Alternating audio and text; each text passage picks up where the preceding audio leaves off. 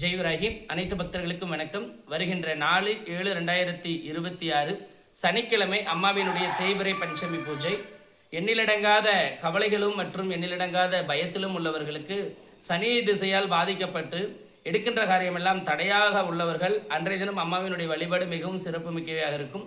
புத்திர பாக்கியத்திற்காக இருக்கிறவங்க அன்றைய தினம் வந்து பாய்க்கிங்க. இன்னொன்று, மடிமாலை கொடுக்கப்பட்டு இருக்குது. மடிமாலை பதிவு செய்கிறவங்க கண்டிப்பாக மடிமாலை பதிவு செஞ்சு கொரியரில் வாங்குறவங்களாம் கண்டிப்பாக தயவு செஞ்சு 10 நாளைக்கு முன்னையே நீங்கள் கொரியரில் உங்களுடைய பெயர் கொடுத்து பண்ணிக்கிங்க.